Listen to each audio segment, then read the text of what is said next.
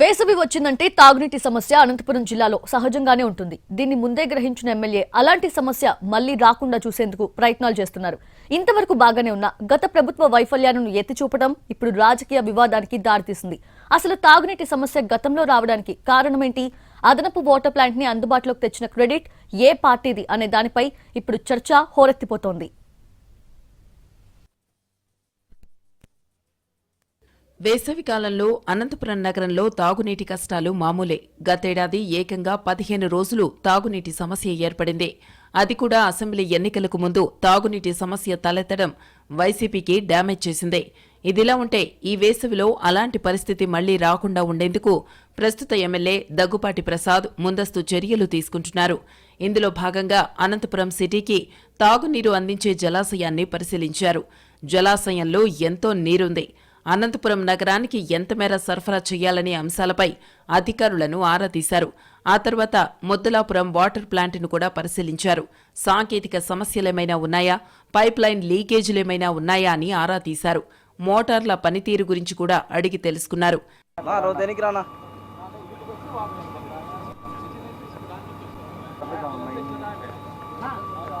జలాశయం, water plant పరిశీలించాక YCP హయాంలో తాగునీటి సమస్య కనిపించేదని, ఈసారి అలాంటి పరిస్థితి రాదని ఎమ్మెల్యే దగ్గుపాటి ప్రసాద్ అన్నారు. 4 లక్షల జనాభాకు 61 ఎంఎల్డీ ప్లాంట్తో నీరు సరఫరా అవుతోందని, అదనంగా 16 ఎంఎల్డీ కెపాసిటీ కలిగిన వాటర్ ప్లాంట్ను కూడా అందుబాటులోకి తీసుకొచ్చామన్నారు. గతంలోనే ఈ ప్లాంట్ మంజూరైతే వైసీపీ హయాంలో పనులు ముందుకు సాగలేదని విమర్శించారు.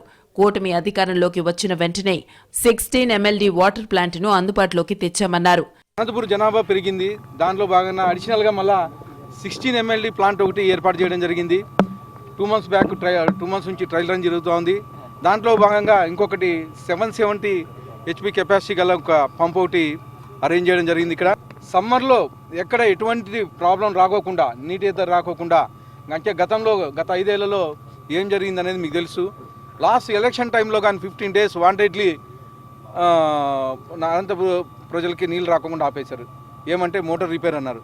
తాగునీటి విషయంలో వైసీపీ పాలనపై ఎమ్మెల్యే దగ్గుపాటి ప్రసాద్ విమర్శలు చేయడంపై ఆ పార్టీ నేతలు మండిపడుతున్నారు.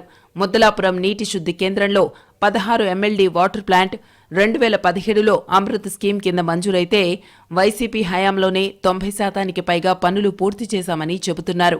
గతంలో మోటారుకు రిపేర్ రావడంతో నీటి సమస్య వచ్చిందని, దీనికి శాశ్వత పరిష్కారం చూపించాలని స్టాండ్ బైగా మరో మోటార్ తెప్పించామనేది వైసీపీ వాదనగా ఉంది.